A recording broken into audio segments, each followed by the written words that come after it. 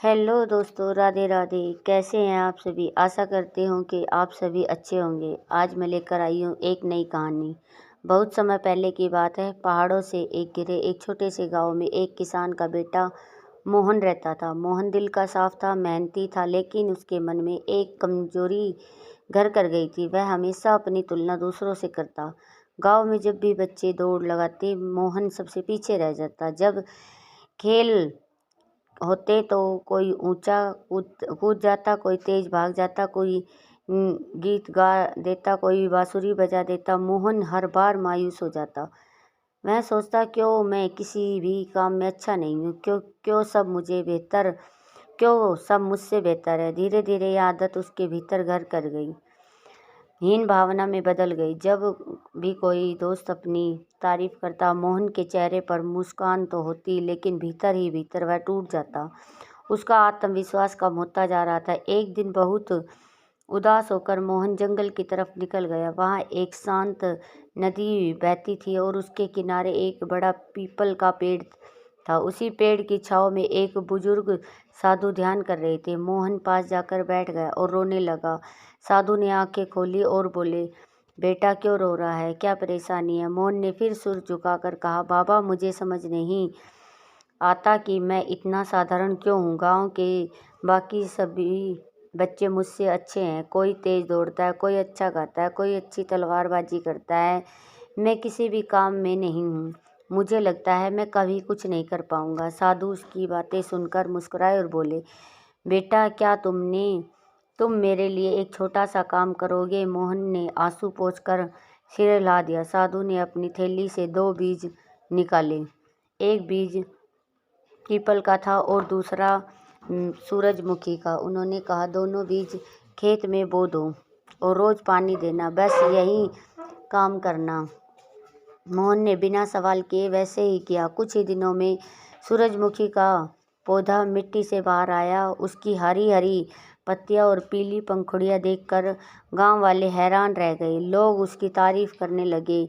बच्चे कहते, वाह कितना सुंदर फूल है। मोहन यह देखकर फिर मायूस हो गया। उसने सोचा, पीपल का बीज तो अभी तक अंकुरित भी नहीं हुआ। शायद मैं भी उसी की तरह हूँ, बेकार, धीमा और नाकाम। समय बीत गया। सूरजमुखी तेजी से बढ़ता हुआ, उसकी ऊंचाई बढ़ती गई और खेत में दूर से चमकने लगा। गांव वाले अक्सर वहीं आकर फोटो खिंचवाने लगे। मोहन के मन में बार बार वही ख्याल आता, काश मैं सूरजमुखी जैसा होता। सबकी नज़र मुझ पर भी पड़ती। लेकिन कुछ ही महीनों के बाद सूरजमुखी का रंग फीका पड़ने लगा। उसकी पत्तियां मुरझा गई और तना झुक गया। जल्दी ही वह खेत से गायब हो गया। इसी बीच उसी जगह से पीपल का छोटा सा पौधा धीरे धीरे मिट्टी से झांकने लगा। शुरुआत में लोग उसे ज़्यादा महत्व नहीं देते थे, पर मोहन रोज उसकी देखभाल करता रहता। साल दर साल पौधा बड़ा होता गया। समय बीतता गया। वह पौधा एक मजबूत पेड़ में बदल चुका था। उसकी मोटी डालियां दूर दूर तक फैल गई। उसकी छांव में लोग बैठकर आराम करने लगे। बच्चे खेलते, बूढ़े विश्राम करते और यात्री थक कर वहीं रुक जाते। पक्षियों ने उसमें घोंसला बना लिया।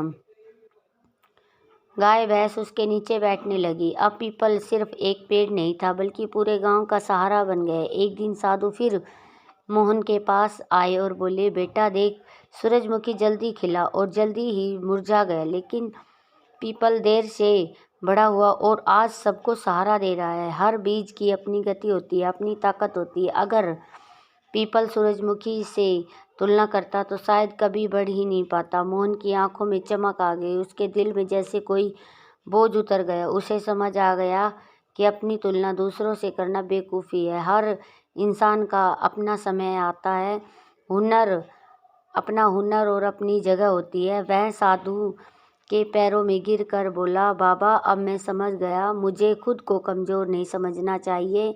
मुझे बस मेहनत करनी चाहिए और अपने समय का इंतज़ार करना चाहिए। साधु मुस्कुराए और बोले, यही समझदारी है बेटा। याद रखो, कोई भी पेड़ रातों रात नहीं बढ़ता, उसे वक्त चाहिए, धैर्य चाहिए। इंसान भी ऐसा ही, हर किसी का खेलने का समय अलग होता है। दोस्तों, यही बात हमारी ज़िंदगी में भी लागू होती है।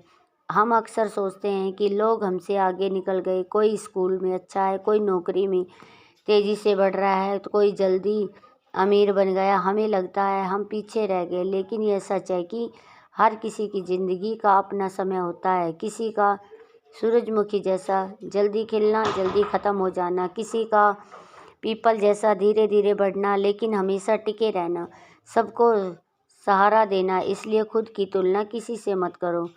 आपका वक्त भी आएगा, और जब आएगा तो लोग सिर्फ आपको देखेंगे, आपकी छाँव में बैठेंगे और आपकी किस्मत समझेंगे और आपकी कीमत समझेंगे। तो दोस्तों, इस कहानी से हमें यह सीख मिलती है, अपनी तुलना मत करो, खुद पर भरोसा रखो, मेहनत करते रहो और धैर्य रखो।